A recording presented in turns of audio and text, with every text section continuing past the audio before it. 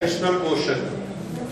When an object is moving in such a way that its x coordinate and y coordinate both are changing continuously. एक साथ दो direction में वो चलता है, जैसे एक ऑब्जेक्ट ऐसे चला, यहां पर हमने देखा जब वो यहां पर था तो उसका x कोऑर्डिनेट इतना था और ये उसका y कोऑर्डिनेट था। थोड़ी देर बाद वो यहां पहुंचता है तो उसका x कोऑर्डिनेट इतना है और y कोऑर्डिनेट इतना है, तो उसका x कोऑर्डिनेट भी लगातार चेंज होते जा रहा है और हाइट y कोऑर्डिनेट भी लगातार चेंज होती जा रही है। तो ये मोशन क्या कहलाएगा? To dimensional motion. लेकिन अगर हम इसकी जगह एक स्ट्रेट लाइन खींच देंगे ये,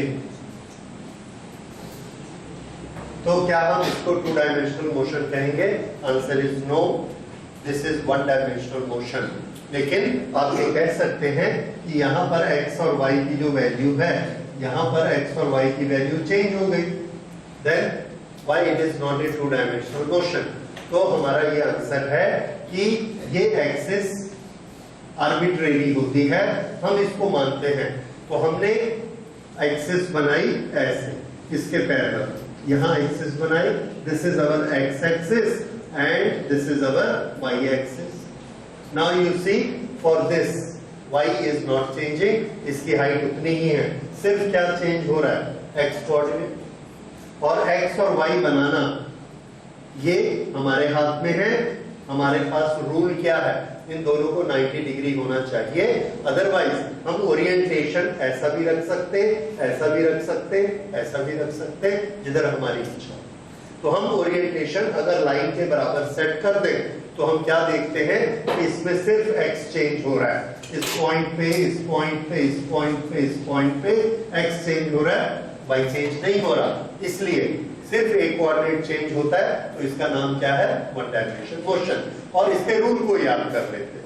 if the motion is in a straight line, it is a rectilinear motion, then it is one dimensional motion. लेकिन अगर यहां पर हमने ऐसा कर्व बनाया है तो हम ऐसी एक्सिस नहीं बना पाएंगे जिसमें हाइट चेंज नहीं होगी। आप कहीं भी एक्सिस बनाइए, हाइट भी चेंज होगी और x भी चेंज होगा। इसलिए जैसे ही कर्व बनता है, that is a to dimensional motion. अब कर्व मोशन में दो तरह के मोशन हम स्टडी करेंगे टू डायमेंशनल मोशन में। One is projectile motion and another is circular motion. Projectile motion and circular motion. Circular motion, एक ऑब्जेक्ट ऐसे सर्कल में घूमता है, कहीं पर भी आप एक्सिस बनाइए, यहाँ एक्सिस बनाइए, इस पॉइंट का, इस पॉइंट का, इस पॉइंट का, एक्स और वाई लगातार चेंज हो रहा है, एक्स भी चेंज हो रहा है, हाइट भी चेंज हो रही है। ये होता है सर्कुलर मोशन। सर्कल को आप सब जानते हैं, सर्कल में घूमेगा तो सर्कुलर मोशन। प्रोजेक्टाइल मोशन हम लोग पहले स्टडी करेंगे। What is mean by A projectile motion? Projectile किसको कहते हैं? किसी भी ऑब्जेक्ट को अगर हम थ्रो करते हैं एक डायरेक्शन में, और वो डायरेक्शन होनी चाहिए अदर देन वर्टिकल। बड़ी छोटी सी डेफिनेशन है, throw any object in a direction other than vertical, it will become a projectile. तो यहां पर अर्थ है, ये इसकी वर्टिकल डायरेक्शन है, इसको छोड़कर हमने इधर फेंका किसी ऑब्जेक्ट को, तो हम क्या देखते हैं? वो ऐसे जाता है और ऐसे गिर जाता है। ये क्या है? प्रोजेक्टाइल। इसका मोशन क्या है? Projectile motion. तो ये प्रोजेक्टाइल हो गया। तो प्रोजेक्टाइल की डेफिनेशन लिखिए। Projectile, an object which is thrown in a direction, an object which is thrown in a direction other than vertical,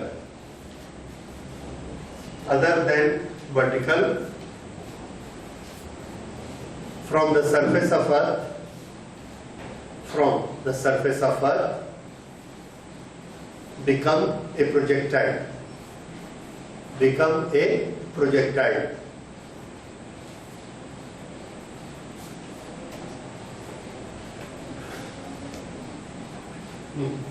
इस अदर देन वर्टिकल बोलेंगे तो हॉरिजॉन्टल भी उसी में आएगा।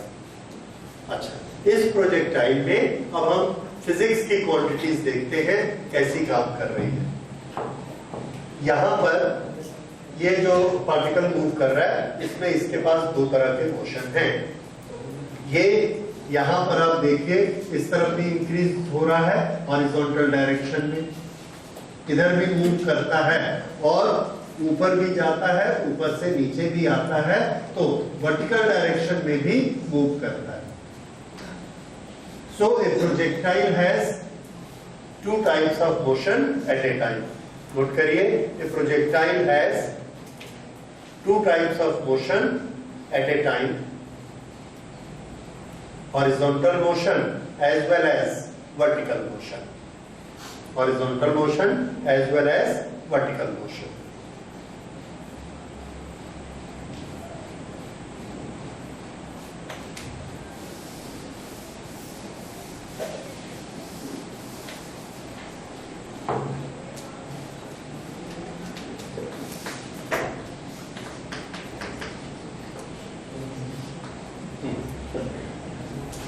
अर्थ के रिलेशन में हम जो प्रोजेक्टाइल थ्रो करते हैं उसमें हम उसको एक वेलोसिटी देते हैं।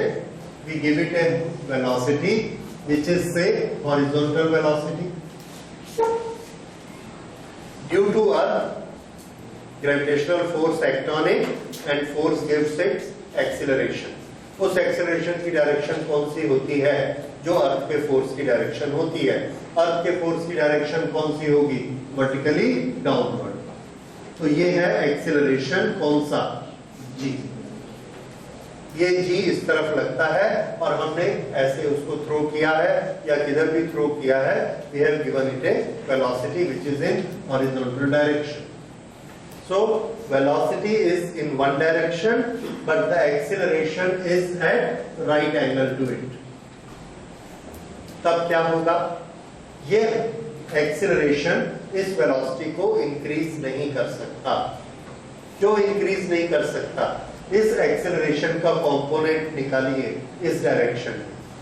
That component will be g cos 90 और cos 90 कितना होता है?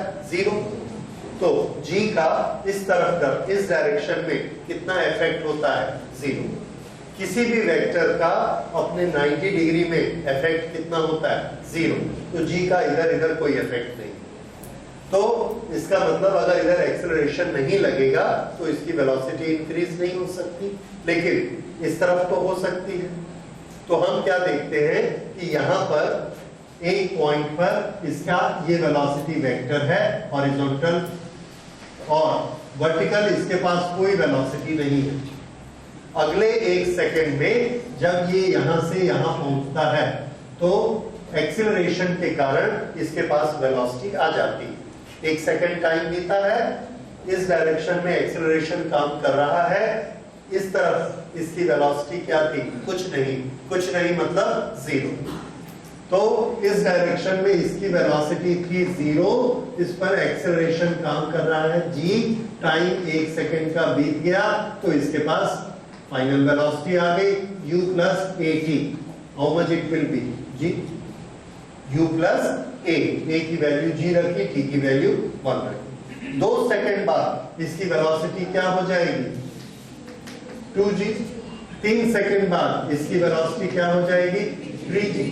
तो हर एक सेकंड में इसकी वर्टिकल वेलोसिटी बढ़ते जाती है। और अभी हमने हॉरिजॉन्टल वेलोसिटी के लिए बात की थी। हॉरिजॉन्टल वेलोसिटी में कोई चेंज नहीं आता क्योंकि उस तरफ न एक्सेलरेशन है न रिटार्डेशन। तो अब इसको मैं बनाता हूं एक सेकंड बाद क्या होने वाला है। यहां पर यही इसकी वेलोसिटी का वेक्टर है। एक सेकंड बाद इसने इसको यहां पहुंचाया और यहां पर एक सेकंड के बाद वेलोसिटी कितनी हो गई? g। ये रही वेलोसिटी नीचे की तरफ g, वेलोसिटी g, और ये है वेलोसिटी h, वो वैसे की वैसी ही है। अब इस पॉइंट पे दो वेलोसिटी इस पर काम कर रही हैं, दो वेक्टर काम कर रहे हैं। एक ऑब्जेक्ट पे दो वेक्टर काम करते हो तो वो किधर जाएगा? रिजल्टेंट की तरफ जाएगा। तो इसका हमने रिजल्टेंट बनाया यहाँ पर ऐसे, तो ये ऐसे जाएगा। ये अब जब ये यहाँ पर पहुंचता है, 1 सेकेंड और बीत गया, तो यहाँ पर फिर हम एडिशन करते हैं। देखिए ये इधर जा रहा है, ये अभी भी कितना है, हॉरिजॉन्टल वेलोसिटी में कोई चेंज नहीं होता, तो यहाँ पर वही हॉरिजॉन्टल वेलोसिटी है इसके पास vh, लेकिन वर्टिकल वेलोसिटी जो पहले 1g थी अब कितनी हो गई 2g, तो ये वाला वेक्टर जो 1g था ये अब यहाँ पर हो गया 2 डबल। अब ये किधर जाएगा, रिजल्टेंट की तरफ, तो यहाँ पर हमने इसका रिजल्टेंट बनाया और ये ऐसा हो गया, ये रिजल्टेंट। कितना टाइम बीत गया, 1 सेकेंड, 2 सेकेंड, 3 सेकेंड, 1 सेकेंड और बीता, और अब इसकी वेलोसिटी क्या हो गई 3g। यहाँ पर पहुंचा तो हॉरिजॉन्टल वेलोसिटी उतनी ही है vh vh vh, लेकिन वर्टिकल वेलोसिटी अब कितनी हो गई 3g, ये ऐसा। और अब रिजल्टेंट कैसा आएगा, ये रिजल्टेंट ऐसा आ गया, यहां पर ऐसा था, फिर ऐसा, फिर ऐसा, फिर ऐसा। 1 सेकेंड बाद ये तो इतनी ही रही vh, लेकिन ये कितनी हो गई 5, ये 1 2 3, ये 4 हो गई, और ये और नीचे हो गया। इस तरह से ये इसका रिजल्टेंट है। तो ये ऑब्जेक्ट ऐसा चलता जाता है, धीरे धीरे धीरे किधर ज्यादा मुड़ता है, वर्टिकल की तरफ, क्योंकि ये वाला वेक्टर हम देख रहे हैं बड़ा होते जा रहा है। ये वेक्टर क्यों बड़ा होते जा रहा है, क्योंकि एक्सीलरेशन, किसके कारण, अर्थ के कारण। तो यहाँ पर वेलोसिटी vg थी, तो यहाँ कितनी हो गई 2vg, यहाँ पर 3vg, यहाँ पर 4vg, लेकिन ये तो नहीं बढ़ रहा है, ये यहाँ भी vh है, यहाँ भी vh है, यहाँ भी vh है, यहाँ भी vh है। तो रिजल्टेंट किस तरफ झुकता जाएगा, vg की तरफ झुकता जाएगा, और अल्टीमेटली ये ऐसा होते जाएगा। थोड़ा सा vh तो हमेशा रहेगा ही रहेगा, क्योंकि vh डाई आउट नहीं होगा, vh मरेगा नहीं, रहेगा आखिरी तक। इसलिए ये लाइन कभी भी सीधी नहीं होगी, पर प्रैक्टिकली इसका झुकाव कम होते जाएगा, क्योंकि ये लाइन बढ़ती जा रही है। बाद में जाके जब इतना सा VH रहा और इतना बड़ा VG हो गया, तो हमारा रिजल्टेंट कैसा आएगा, ऐसा रिजल्टेंट आएगा। This is as good as vertical. इतना इसका इंक्लिनेशन होता चला जाएगा, तो ये ऐसा। ये जो मोशन है, this is projectile motion.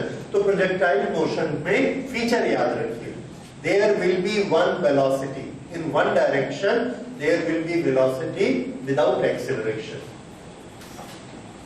there will be acceleration in right angle to velocity, there will be acceleration at right angle to velocity, then this motion will be known as projectile motion. तो ये projectile motion सिर्फ अर्थ के case में हो ऐसा जरूरी नहीं है। अगले क्लास में जाके आप इलेक्ट्रिसिटी पढ़ेंगे, उसके बाद मैग्नेटिक्स पढ़ेंगे, तो इलेक्ट्रिक फील्ड में, मैग्नेटिक फील्ड में, दोनों में भी प्रोजेक्टाइल बनते हैं। इसलिए प्रोजेक्टाइल का बेसिक फीचर हम याद रखते हैं, एक डायरेक्शन में वेलोसिटी और उसके परपेंडिकुलर डायरेक्शन में एक्सेलरेशन, हमेशा ऐसा। तो मोशन कैसा हो जाएगा, प्रोजेक्टाइल मोशन। सो इसी को हम नोट कर लेते हैं। Condition,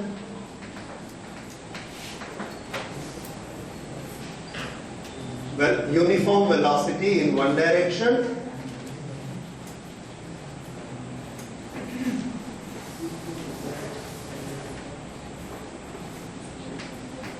uniform velocity in one direction.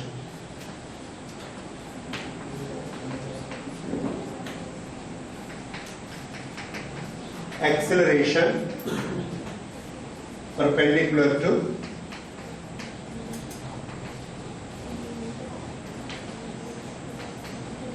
this velocity. ये दो कंडीशंस जब मीट आउट होती हैं तो मोशन कैसा हो जाता है, projectile motion. So there should be a velocity in one direction and there should be acceleration perpendicular. then it will become a projectile motion. Okay, अब प्रोजेक्टाइल मोशन की स्टडी करने के लिए हमने उसको दो पार्ट्स में डिवाइड कर लिया।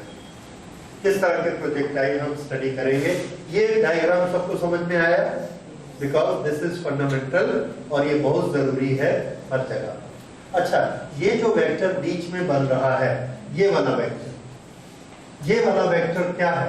It is resultant of the two. ये एंगल कितना है? 90 डिग्री। ये एंगल कितना है? 90 डिग्री। ये है हॉरिजॉन्टल और ये वेलोसिटी है वर्टिकल। ये वेलोसिटी है x डायरेक्शन में, ये वेलोसिटी y डायरेक्शन में। तो ये वेलोसिटी कैसे निकलेगी? कहीं पर भी आप वेलोसिटी रिजल्टेंट निकालना चाहेंगे तो आपके पास उसका फॉर्मूला है, अभी अभी आपने वेक्टर में पढ़ा है, ये vx का स्क्वायर प्लस vy का स्क्वायर। ये किसी भी पॉइंट पर हमको क्या देता है? वेलोसिटी, टोटल वेलोसिटी निकालने का तरीका। vx square plus vy square gives the total velocity. अच्छा, अब फिर से एक छोटी सी चीज वेक्टर की मैं आपको याद दिलाना चाहता हूं। ये एक वेलोसिटी है, वेलोसिटी वेक्टर। इसके हम दो पार्ट डिवाइड कर सकते हैं, हॉरिजॉन्टल में और वर्टिकल में। हॉरिजॉन्टल में जो इसकी वेलोसिटी vx बनेगी, उसका मैग्नीट्यूड कितना होगा? ये सब जानते हैं इसको, v cos थीटा। इसका वर्टिकल कंपोनेंट कितना होगा? v sin। तो जब भी किसी भी टू डायमेंशनल मोशन की वेलोसिटी को दो डायरेक्शन में तोड़ने की जरूरत पड़ेगी, तो कौन से दो पार्ट हम लेंगे? v cos theta and v sin theta. जब भी हमारे पास दो पार्ट होंगे, एक वेलोसिटी हॉरिजॉन्टल में और एक वेलोसिटी वर्टिकल में, उन दोनों को जोड़कर एक रिजल्टेंट बनाने की जरूरत पड़ेगी। तो क्या फॉर्मूला यूज करना है? v is equal to vx square plus vy square. तो ये जोड़ने के लिए, दो को एक बनाने के लिए और ये एक को दो बनाने के लिए, ये आपको जगह जगह जरूरत पड़ेगी। जब भी जरूरत पड़ेगी तो इसको यूज कर लेंगे, जरूरत पड़ेगी उसको यूज कर लेंगे। ठीक है, ओके। तो ये आपने कंडीशन नोट कर ली। अब हम लेते हैं अर्थ के इफेक्ट में जो प्रोजेक्टाइल चलते हैं, उसमें दो तरह के प्रोजेक्टाइल हो सकते हैं। देखिए, ये एक बिल्डिंग है, बिल्डिंग में यहां एक विंडो है। यहां पर खड़े होके एक आदमी ने यहां से एक ऑब्जेक्ट को हॉरिजॉन्टल डायरेक्शन में फेंका, कुछ वेलोसिटी देकर। उसकी कुछ वेलोसिटी थी, मान लीजिए u इन हॉरिजॉन्टल डायरेक्शन। तो ये चीज कैसे, ये ऑब्जेक्ट कैसे मूव करेगा? ये वैसे ही मूव करेगा जो हमने अभी बनाया था। तो ये यहां से ऐसा चलेगा और इधर ऐसे गिर जाएगा। जब ये यहां से ऐसा गिरेगा तो ये जो इसका मोशन होगा, इस मोशन के लिए हम कभी कभी वर्ड यूज करते हैं फ्लाइट ऑफ द प्रोजेक्टाइल। क्या वर्ड यूज करेंगे? फ्लाइट, क्योंकि ये उड़ता रहता है उस समय में। सो this is flight of projectile. दूसरे तरह के प्रोजेक्टाइल, अर्थ पर यहां पर एक आदमी खड़ा है, यहां से उसने एक ऑब्जेक्ट को फेंका इन डायरेक्शन अदर देन वर्टिकल। यहां से थीटा एंगल बनाकर उसने एक ऑब्जेक्ट को फेंका और उसको u वेलोसिटी से थ्रो किया। तो ये यहां से ऑब्जेक्ट जाता है ऐसे और यहां जाके गिर जाता है इस तरह से।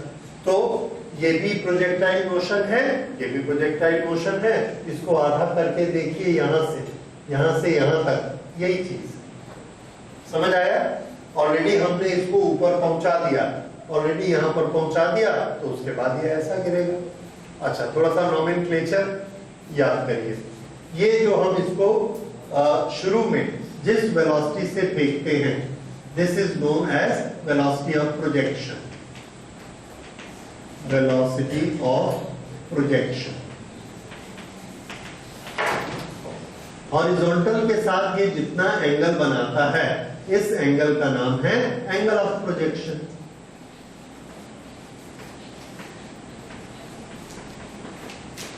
Angle of projection.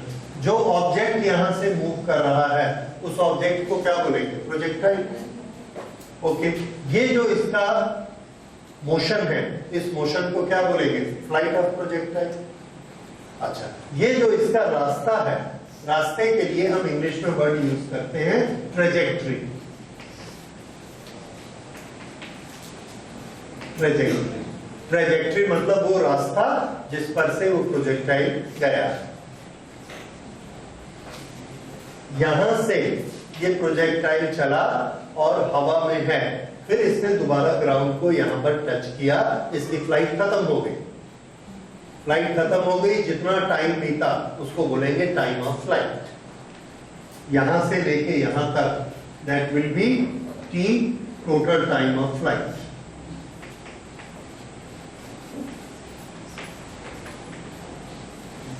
तो टी हम किसके लिए यूज करेंगे? टोटल टाइम ऑफ फ्लाइट, जहां से शुरू किया मोशन, जहां मोशन खत्म हो गया। This is total time of flight. इस टाइम ऑफ फ्लाइट में हम क्या देख रहे हैं? ये अपनी हाइट भी बदल रहा है और ये डायरेक्शन भी बदल रहा है। तो सबसे ज्यादा हाइट इसको यहां पर मिली थी, इस जगह पर। तो ये जो हाइट है इसको बोलेंगे maximum height of projectile. Maximum height h, maximum height of projectile. जहां से हमने इसको थ्रो करना शुरू किया, ये जाकर एक जगह पर गिरेगा। ये जो हॉरिजॉन्टल डिस्टेंस है, जितनी दूर ये जाकर गिरा, ये यहां से लेके यहां तक, इसको बोलेंगे range. Range of projectile.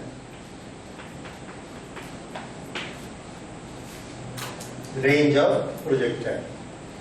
Okay, किसी भी पॉइंट पर, यहां पर ये पहुंचा, इस जगह पर इसके पास कौन कौन सी फिजिकल क्वांटिटीज हैं?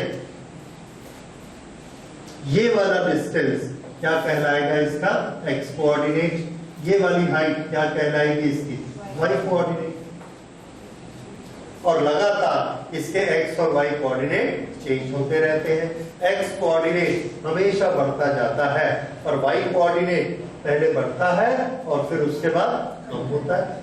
जैसे हम एक बॉल को ऊपर फेंकते हैं तो पहले उसका वाई कोऑर्डिनेट बढ़ता है, फिर बॉल नीचे आती है तो वाई कोऑर्डिनेट कम होता है। ओके, उसके बाद इसके पास किसी भी पॉइंट पर इसके पास दो वेलोसिटीज होती हैं। एक वेलोसिटी होती है हॉरिजॉन्टल VH और एक वेलोसिटी होती है वर्टिकल V लिख सकते हैं उसको, या VY लिख सकते हैं। एक x डायरेक्शन में VX और एक y डायरेक्शन में VY। और जाता किस तरफ है? रिजल्टेंट की तरफ, दोनों के रिजल्टेंट की तरफ। तो ये किसको दिखाता है? V resultant. किसी भी लोकेशन पर यहां पर हम देखेंगे तो ये इसके पास Vx है, ये इसके पास Vy है, और ये दोनों का रिजल्टेंट हमने बनाया तो वो क्या देगा हमको? V resultant. इस तरह से ये V रिजल्टेंट। ओके, तो ये फिजिकल क्वांटिटीज हैं जो हमारे प्रोजेक्टाइल में जगह जगह हम यूज करेंगे। ओके, इसमें किसी में डाउट है? किसी क्वांटिटी में सॉल्व होते? नाउ अब हम इसकी क्वांटिटीज के रिलेशंस आपस में एस्टैब्लिश करेंगे। पहले ये वाला टॉपिक लेते हैं, ये ज्यादा इजी होता है, इसको हम लोग छोटे छोटे इक्वेशंस में बना सकते हैं। इसको हम कहेंगे हॉरिजॉन्टल प्रोजेक्टाइल और इसको कहेंगे एंगुलर प्रोजेक्टाइल। इसके लिए ऊपर नाम नोट कर लीजिएगा, क्या कहेंगे? एंगुलर। क्यों? हॉरिजॉन्टल के साथ ये एक एंगल बनाता है थीटा, इसीलिए इसको एंगुलर प्रोजेक्टाइल।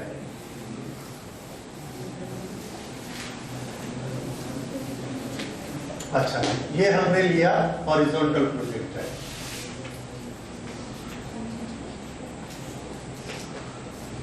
हॉरिजॉन्टल प्रोजेक्टाइल में यहां से एक ऑब्जेक्ट को हम हॉरिजॉन्टल डायरेक्शन में इनिशियल वेलोसिटी देते हैं। इनिशियल वेलोसिटी की डायरेक्शन हॉरिजॉन्टल। ये दो तरह के एग्जांपल आपको मिलेंगे। एक, किसी बिल्डिंग से किसी आदमी ने हॉरिजॉन्टल डायरेक्शन में एक ऑब्जेक्ट को फेंका, इट हैज हॉरिजॉन्टल वेलोसिटी। दूसरा, एक एरोप्लेन हॉरिजॉन्टल डायरेक्शन में मूव कर रहा है। ऐसा मूव कर रहा है, वहां से पायलट ने या किसी ने एक पैकेट को छोड़ दिया। जब एरोप्लेन हॉरिजॉन्टल डायरेक्शन में मूव कर रहा है तो उसके अंदर की हर चीज हॉरिजॉन्टल डायरेक्शन में मूव कर रही है। अगर आदमी ने उसी का एक पैकेट उठाकर छोड़ा तो उस पैकेट की वेलोसिटी जीरो नहीं है, उस पैकेट की वेलोसिटी वही है जो एरोप्लेन की वेलोसिटी है, उसकी डायरेक्शन वही है जो एरोप्लेन की डायरेक्शन है। तो उस पैकेट के पास एक हॉरिजॉन्टल वेलोसिटी है। क्यों? क्योंकि वो एरोप्लेन का हिस्सा था जैसे ही उसको छोड़ा गया। तो ऐसे जब भी एग्जांपल आएंगे that A pilot leaves A bomb, A pilot leaves A packet, उस समय उसकी इनिशियल वेलोसिटी क्या ली जानी चाहिए, जो कि उसकी बॉडी की इनिशियल वेलोसिटी है। ये दो केसेस होते हैं जब हम किसी बॉडी को हॉरिजॉन्टल वेलोसिटी देते हैं। जैसे ही हमने इसको अपने हाथ से रिलीज किया, इस पर नीचे की तरफ कोई रोकने वाला नहीं है और एक्सेलरेशन काम करना स्टार्ट कर देता है। This acceleration is how much? जी।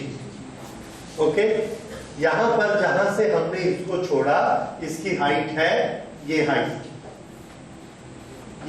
है h। तो h हाइट से हमने इसको छोड़ा।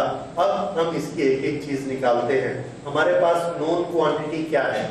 नोन क्वांटिटी है कि हमने इसको इनिशियल वेलोसिटी कितनी दी, uh, ऑलरेडी कितनी हाइट पर है h, और इसका एक्सेलरेशन कितना है, g।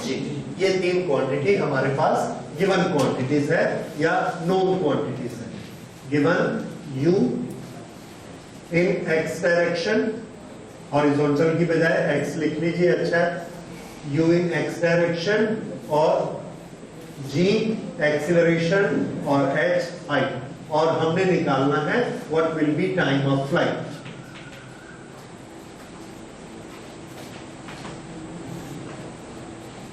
Time of flight, time of flight के लिए एक मंत्र याद रखिए कि टाइम ऑफ फ्लाइट हमेशा वर्टिकल मोशन से निकाली जाती है। टू डायमेंशन मोशन में बॉडी दो तरह के मोशन कर रही है, एक हॉरिजॉन्टल मोशन और एक वर्टिकल मोशन। दोनों मोशन कर रही है क्योंकि ये आगे भी बढ़ रहा है और वर्टिकल डायरेक्शन में भी चल रहा है, तो दोनों मोशन कर रही है। दोनों मोशन को हमको अलग अलग व्यू करना है, दोनों मोशन को हमको अलग अलग इक्वेशन बनाने हैं। क्यों? इसलिए क्योंकि हमारे पास जो इक्वेशन है वो वन डायमेंशन मोशन के ही इक्वेशन। कौन से? v is equal to u plus at, s is equal to ut plus half at square. ये तीनों इक्वेशन वन डायमेंशन के हैं जब कोई चीज एक स्ट्रेट लाइन में चलती है। तो हम क्या मानते हैं कि ये ऑब्जेक्ट दो स्ट्रेट लाइन में इकट्ठा चल रहा है, एक हॉरिजॉन्टल स्ट्रेट लाइन में और एक वर्टिकल स्ट्रेट लाइन में। अब अगर हमने इसका टाइम निकालना है तो इसका टाइम किस पर डिपेंड करता है, हॉरिजॉन्टल मोशन पे कि वर्टिकल मोशन? हॉरिजॉन्टल मोशन पे ये ऐसा चलते जा रहा है, क्या फ्लाइट खत्म हुई? नहीं हुई। वर्टिकल मोशन में ये ऐसा चलते जा रहा है। जैसे ही जमीन से टकराएगा हम बोलेंगे फ्लाइट खत्म हो गई, घड़ी बंद कर दो, टाइम की काउंटिंग फिनिश। तो टाइम की काउंटिंग किस पर डिपेंड करती है, हॉरिजॉन्टल पे कि वर्टिकल? वर्टिकल। तो हमेशा के लिए याद रख लीजिए, प्रोजेक्टाइल में टाइम की काउंटिंग हमेशा किस मोशन से की जाएगी?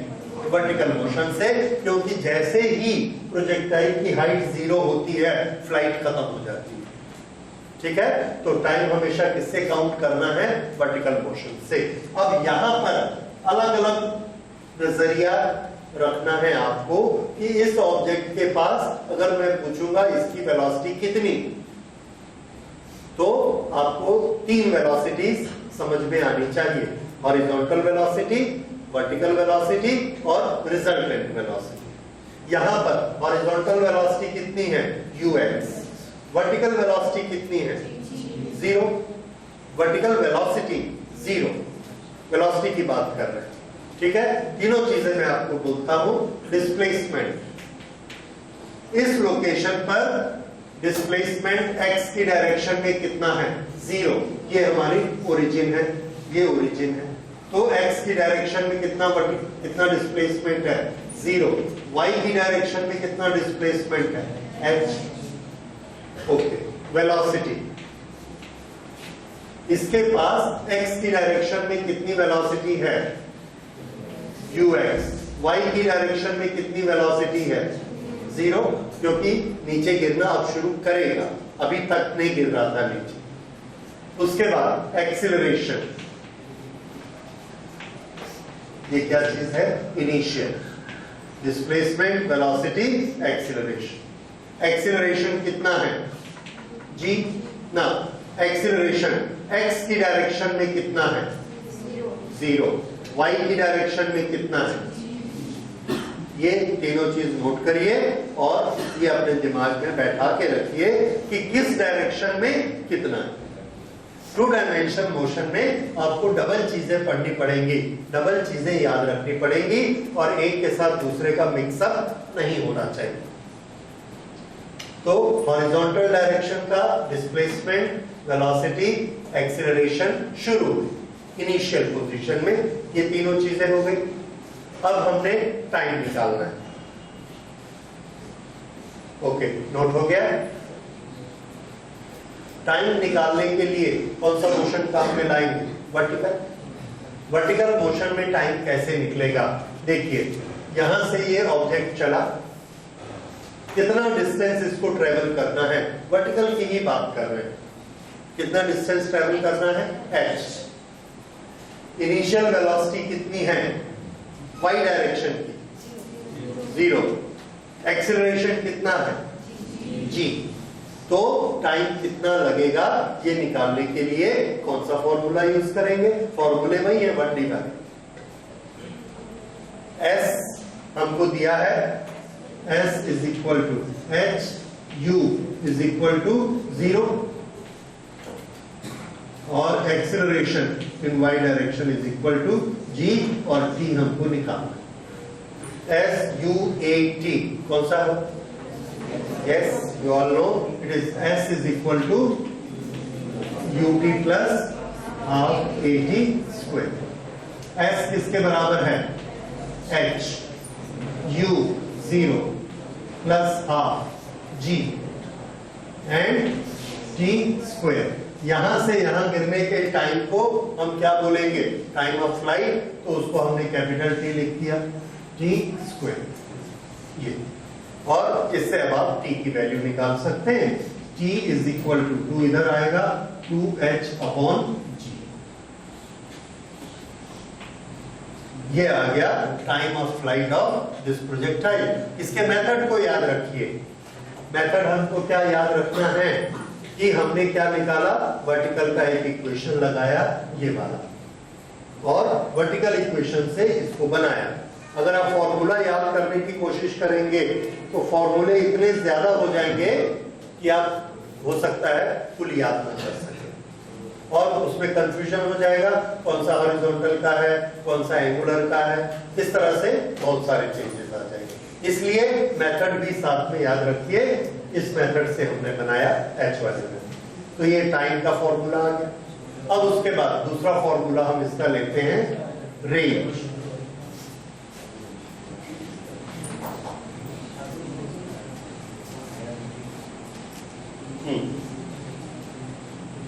रेंज यानी यहां से इसने गिराया था, ठीक इसके ऊपर था जब इसने यहां से ड्रॉप किया और वो यहां जाके गिरा, इतनी दूर जाकर गिरा,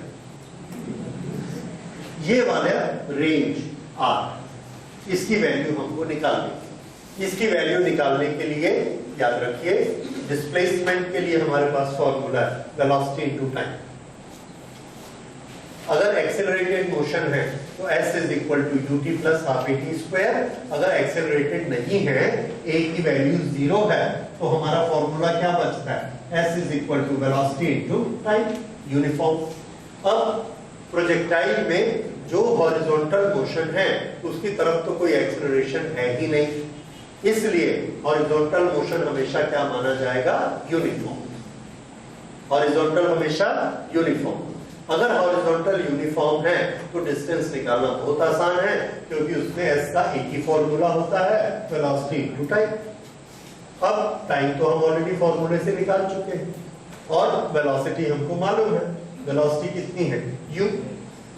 तो रेंज कैसे निकालेंगे? Range is equal to velocity in horizontal direction multiplied by time 2h upon g।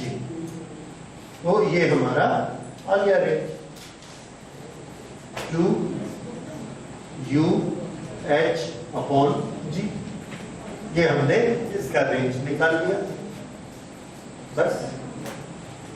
तो इस तरह से हॉरिजॉन्टल डिस्टेंस हमेशा कैसे कैलकुलेट किए जाएंगे? Horizontal velocity multiplied by time, सिर्फ एक ही फॉर्मूला है क्योंकि इसमें कोई एक्सेलरेशन नहीं। ये दो चीजें इसकी हो गई बस। इसके बाद इसको थोड़ा सा और कॉम्प्लिकेटेड बनाया जा सकता है।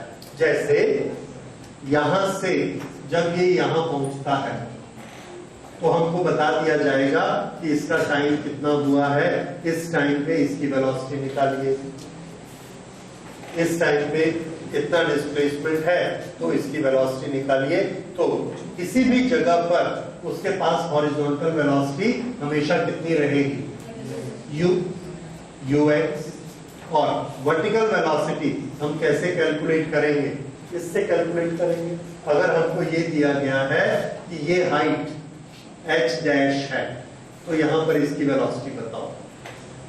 तो अगर ये हाइट h डैश है तो यहां हम इसकी फाइनल वेलोसिटी निकाल सकते हैं। किस फॉर्मूला से?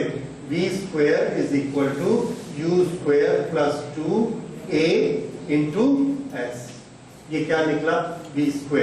तो v किसके बराबर हुआ? 2gh डैश का स्क्वायर।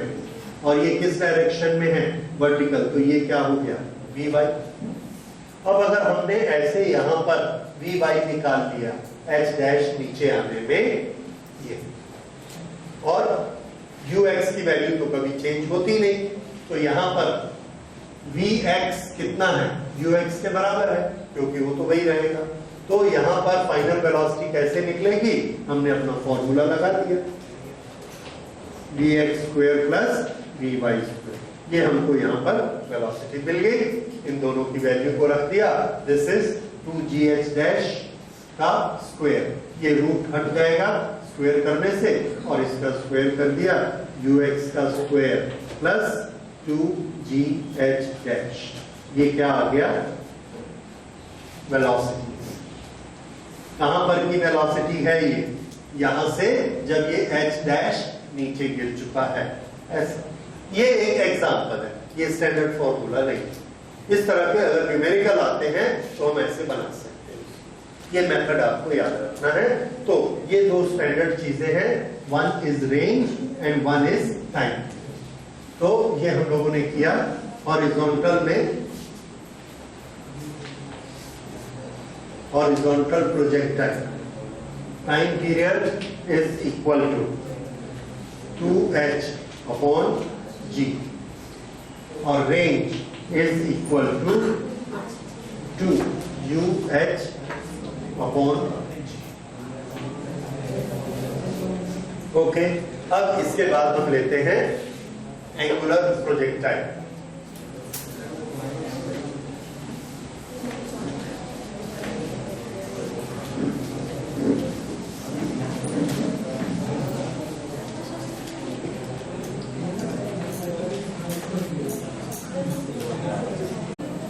हाँ, एंगुलर प्रोजेक्टाइल ये अर्थ का हॉरिजॉन्टल लेवल है। यहां से हमने एक प्रोजेक्टाइल को थ्रो किया और उसकी इनिशियल वेलोसिटी रखी u और इसका इनिशियल एंगल रखा थीटा। ओके, ये इसकी ट्रेजेक्टरी बनी। अब इसमें हम अलग अलग क्वांटिटी निकालेंगे। सबसे पहले हम निकालते हैं टाइम पीरियड। तो टाइम पीरियड की कैलकुलेशन, इसको बोलेंगे टाइम ऑफ फ्लाइट t। अब इसके लिए हमने मोशन की एक कंडीशन देखी। टाइम ऑफ फ्लाइट किससे निकाला जाता है? Vertical motion. यहां पर इसकी पोजीशन यहां से शुरू हुई, जब टाइम खत्म हो जाएगा तो इसकी पोजीशन कहां होगी? यहां पर। यहां इस पोजीशन से इस पोजीशन तक जाने में जितना टाइम लगा उसको क्या बोलेंगे? Time of flight. अब ये बताइए, इस पोजीशन से इस पोजीशन तक जाने में हाइट कितनी डिफरेंस आई? हाइट ऊपर बढ़ी, हाइट नीचे बढ़ी, या हाइट नहीं बढ़ी? हाइट नहीं बढ़ी। तो ये बताइए y डायरेक्शन में डिस्प्लेसमेंट कितना हुआ? y डायरेक्शन 0, तो मैं सिर्फ y डायरेक्शन के ही तीनों पैरामीटर लिखता हूं। y डायरेक्शन में इन वर्टिकल डायरेक्शन डिस्प्लेसमेंट कितना हुआ? 0। ठीक है। अब वर्टिकल डायरेक्शन में हमको वेलोसिटी चाहिए, तो इस u के दो कंपोनेंट करने हमको आते हैं। ये वाला कंपोनेंट कितना होता है? u cos थीटा, और ये कंपोनेंट u sin थीटा। तो वर्टिकल वेलोसिटी कितनी है उस ऑब्जेक्ट के पास? u sin theta. Velocity, initial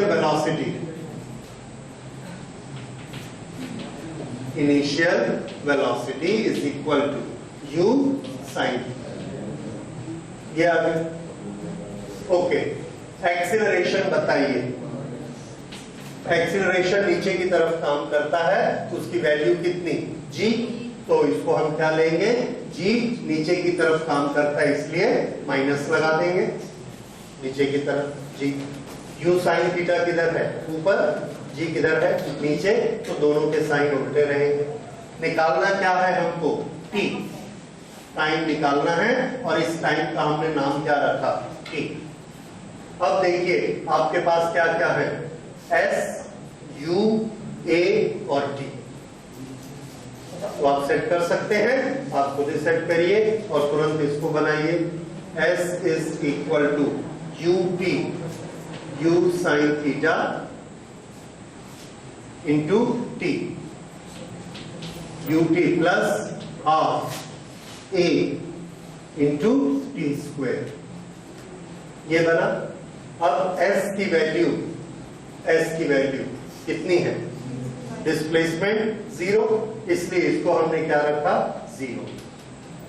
0 is equal to u sin theta into t plus, ये plus into minus half gt square. दोनों में से t कॉमन निकाला, इधर ले आए तो वो भी 0 हो गया। तो अब हमारे पास इक्वेशन बचा u sin theta is equal to minus half gt। उसमें माइनस हाफ gt को भी ट्रांसफर किया, तो this become half gt is equal to u sin theta. ये आ गया।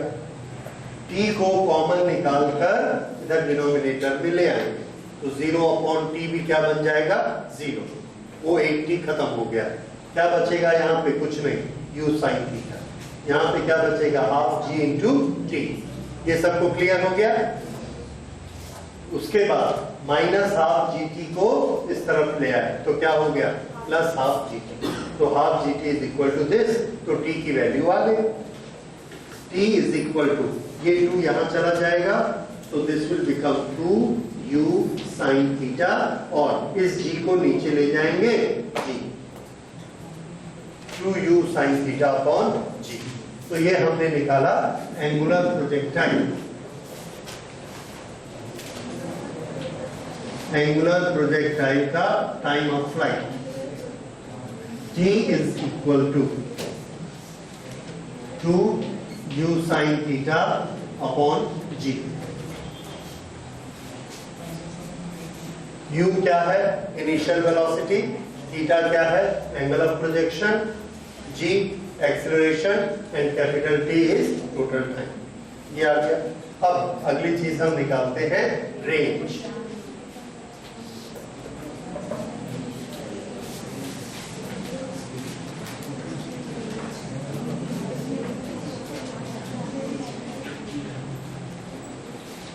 ओके, रेंज कैसे निकाला जाता है? Horizontal velocity multiplied by time.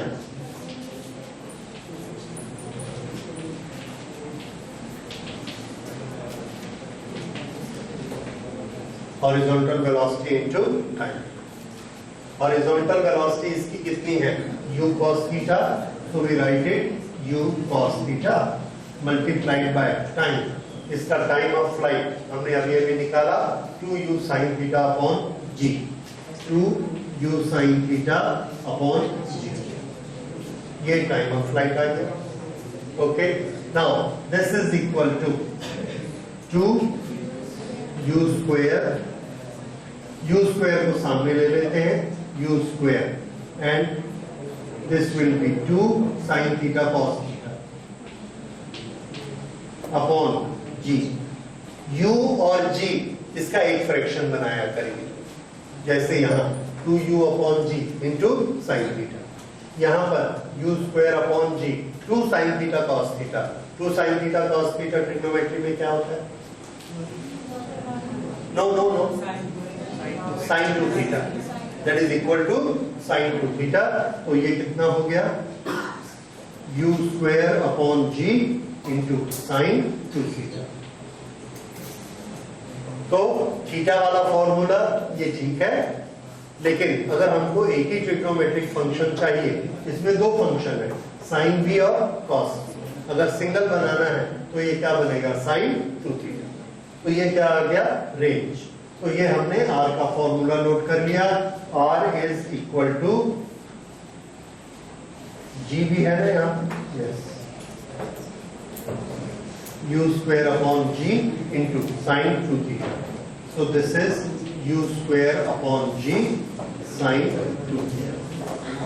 और इसी का दूसरा फॉर्मेट ये है 2u square sine theta cos theta upon g, ये दोनों रेंज के लिए। ओके, तो ये हमने टाइम पीरियड निकाला, रेंज निकाला। अब अगली चीज हम निकालते हैं, हाँ जी, इसको नोट किया। नेक्स्ट हम ये निकालते हैं, जब हम इस प्रोजेक्टाइल को u वेलोसिटी से थीटा एंगल बनाकर फेंकते हैं तो ये ज्यादा से ज्यादा कितना ऊपर जाएगा, कितना ऊपर जाएगा डायग्राम के अनुसार, ये वाला जो हाइट है, this height will be known as maximum height. ये मैक्सिमम हाइट हमको निकालनी है। इस मैक्सिमम हाइट की शर्त क्या है, इस मैक्सिमम हाइट की शर्त ये है कि यहाँ पर ये जो इसकी वर्टिकल वेलोसिटी है u sin थीटा, वो वर्टिकल वेलोसिटी सबसे ऊपर जाकर कितनी हो जाती है, 0। किसी भी चीज की वर्टिकल वेलोसिटी सबसे ऊपर वाले पॉइंट में जाकर 0 हो जाती है। यहाँ भी इसकी वर्टिकल वेलोसिटी 0 हो जाएगी, तो इसके पास कौन सी वेलोसिटी बचेगी, सिर्फ हॉरिजॉन्टल वेलोसिटी बचेगी। तो ये भी याद रखिए, सबसे टॉप मोस्ट पॉइंट पर सिर्फ कौन सी वेलोसिटी होती है, हॉरिजॉन्टल वेलोसिटी, और वो कितनी होती है, u cos theta.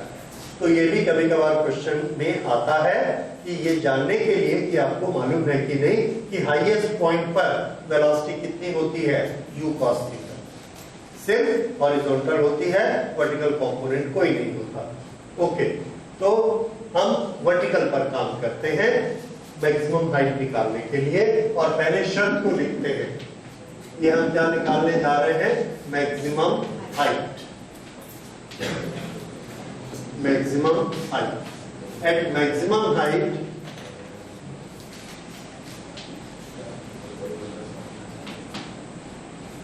velocity in y direction will become 0. Okay, initial ये कौन सी वेलोसिटी होगी, फाइनल। इनिशियल वर्टिकल वेलोसिटी कितनी है, u sin थीटा। ये इनिशियल वर्टिकल वेलोसिटी है, ये फाइनल वर्टिकल वेलोसिटी है। एक्सीलरेशन परमानेंट आपको मालूम है, नीचे की तरफ g, और हमको निकालना क्या है, डिस्टेंस निकालना है। हमको निकालना है s which is equal to h max, और ये क्वेश्चन ये हमको निकालना है। तो s का फॉर्मूला सेट करते हैं, s is equal to b square minus u square upon 2a। इसमें वैल्यूज को रखा, तो s की वैल्यू हमने क्या रखी, h max. This is equal to v square 0 minus u square sin square theta upon 2a, that is 2 into minus g. So simplify कर दिया, maximum height is equal to u square sin square theta upon 2g. u square sin square theta upon 2g, this is maximum height. ये formula हमने यहाँ note कर दिया.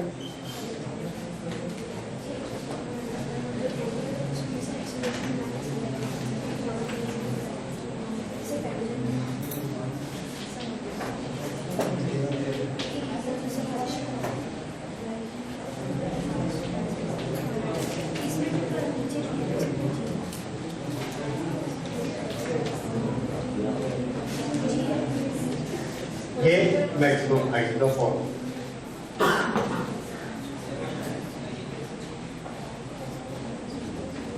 Okay, time period, range and maximum height, ये 3 formulas हो गए. उसके बाद हम निकाल सकते हैं इक्वेशन ऑफ द प्रोजेक्टाइल. ये क्या चीज होगी? इक्वेशन ऑफ प्रोजेक्टाइल का ये मतलब है एक एक्स और वाई, ये 2 पोजीशन है इसकी, किसी भी पॉइंट, ये हमने पॉइंट लिया, इस पॉइंट के पास ये वाला डिस्टेंस क्या कहलाएगा? इसका एक्स कोऑर्डिनेट, और इसकी हाइट क्या कहलाएगी? Y coordinate.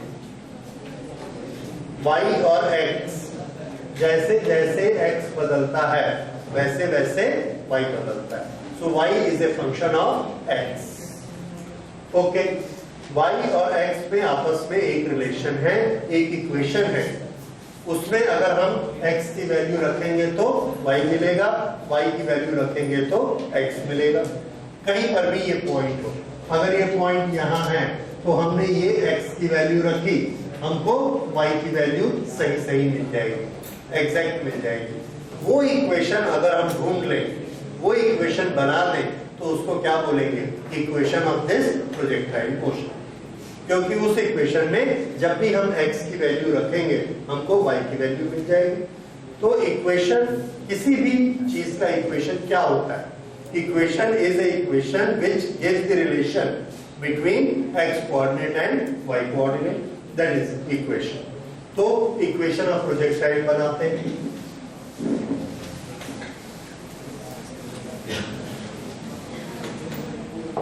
देखिए, equation of projectile.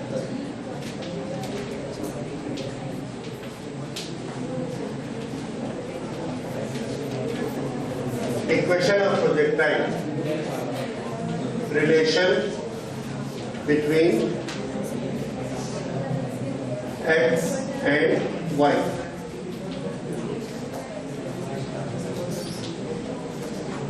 Coordinate. Okay, यहां से हमने इस ऑब्जेक्ट को थ्रो किया, यहां पर पहुंचा, तो इसके y कोऑर्डिनेट और x कोऑर्डिनेट में क्या रिलेशन है उसको हमने निकालना है. और इसके लिए एक चीज याद रखिए कि x और y दोनों लगातार बदल रहे हैं, दोनों मोशन अलग अलग हो रहे हैं, दोनों का डिस्टेंस अलग है, दोनों की वेलोसिटी अलग है, दोनों का एक्सेलरेशन अलग है, लेकिन एक चीज दोनों में कॉमन, और वो है टाइम. जब ये यहां से चलता है तो यहां पर पहुंचता है, टाइम हुआ 3 सेकेंड. तो x की डायरेक्शन में कितने टाइम तक मूव कर चुका है? 3 सेकेंड. y की डायरेक्शन में कितने टाइम तक मूव कर चुका? 3 सेकेंड. यहां से यहां पहुंचा, टाइम हो गया 5 सेकेंड. तो x की डायरेक्शन में कितनी देर तक मूव किया? 5. तो y की डायरेक्शन में कितनी देर तक मूव किया? 5. क्योंकि पॉइंट तो एक ही है, एक ही ऑब्जेक्ट है, इसलिए टाइम हमेशा कॉमन रहता है. तो इसीलिए टाइम हमारी बहुत हेल्प करता है, क्योंकि x डायरेक्शन में y डायरेक्शन में वही एक कॉमन चीज है दोनों में. इसलिए बार बार हम उसकी हेल्प लेते हैं. एक तरफ से t निकाल के लाएंगे, उसको दूसरी तरफ रख देंगे. देखिए यहां किस तरह से उसको करते हैं. तो at time t at time t। x किसके बराबर होगा? u cos theta multiplied by time. ठीक है, x कोऑर्डिनेट इस डायरेक्शन में, x डिस्टेंस इस डायरेक्शन में कैसे निकालेंगे? Velocity into time. वेलोसिटी कितनी? u cos थीटा, और टाइम कितना बीता है इसका? t। x y t। तो x का तो बड़ा सिंपल इक्वेशन हो गया, x is equal to u cos theta into t। हम चाहे तो इससे t की वैल्यू निकाल सकते हैं, t is equal to x coordinate upon u cos theta. ये हमने t की वैल्यू निकाल के रखी। अब y को t के टर्म्स में एक्सप्रेस करते हैं, तो y क्या है? डिस्प्लेसमेंट, लेकिन वर्टिकल डायरेक्शन में एक्सेलरेटेड मोशन चालू हो जाता है बिकॉज ऑफ g। तो हमारा फॉर्मूला बदल जाएगा। अब हमारा फॉर्मूला होगा s is equal to ut plus half at square. तो उस फॉर्मूले को हमने लगाया किसको? s is equal to ut plus half at square. किस डायरेक्शन में? वर्टिकल। ये किधर लगाया था? हॉरिजॉन्टल। ओके, वर्टिकल में ये फॉर्मूला को हमने लगाया, तो y कोऑर्डिनेट किसके बराबर हुआ? u initial velocity u sin theta into t plus half a की जगह माइनस g t स्क्वायर। अब ये हमारा y का फॉर्मूला बना। इस y के फॉर्मूले में जहां जहां t आया है वहां उसकी वैल्यू रख दीजिए इक्वेशन 1 से। तो उसमें कौन आ जाएगा? x आ जाएगा, t एलिमिनेट हो जाएगा। तो हमको रिलेशन किस किस के बीच मिल जाएगा? y और x, वही हमें चाहिए। तो y किसके बराबर हुआ? u sin theta into t। t क्या रखना है? x upon u cos theta plus into minus half g और t का square x square upon u square cos square theta. ये आ गया। अब आप देखिए, इसमें एक तरफ y है, एक तरफ x है, दोनों का रिलेशन आ गया, और बाकी तो गिवन क्वांटिटी है u g और थीटा। u और u कैंसिल हो गया, sin theta upon cos theta is equal to tan theta. तो ये हमारा इक्वेशन बना, y is equal to tan theta into x minus g upon 2u square cos square theta into x square. ये relation बना y और x के बीच।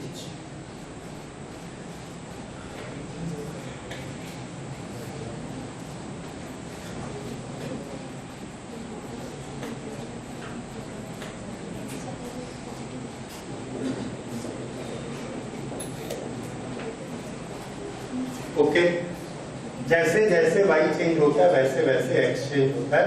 अगर हम आपसे ये पूछेंगे ग्राफ के क्वेश्चन में कि x और y दोनों चेंज हो रहे हैं, इस ग्राफ की शेप बताइए। y की पावर कितनी है? 1, x की पावर मैक्सिमम 2। तो ये कौन सी शेप होती है? पैराबोला। अगर दोनों 1 1 होते तो स्ट्रेट लाइन, लीनियर रिलेशन, 1 और 2 है तो पैराबोला। तो प्रोजेक्टाइल का जो ट्रेजेक्ट्री होता है, जो रास्ता होता है, उसकी शेप कैसी होती है? पैराबोला। वो हमको इससे पता चलता है। ठीक है, this is a quadratic equation.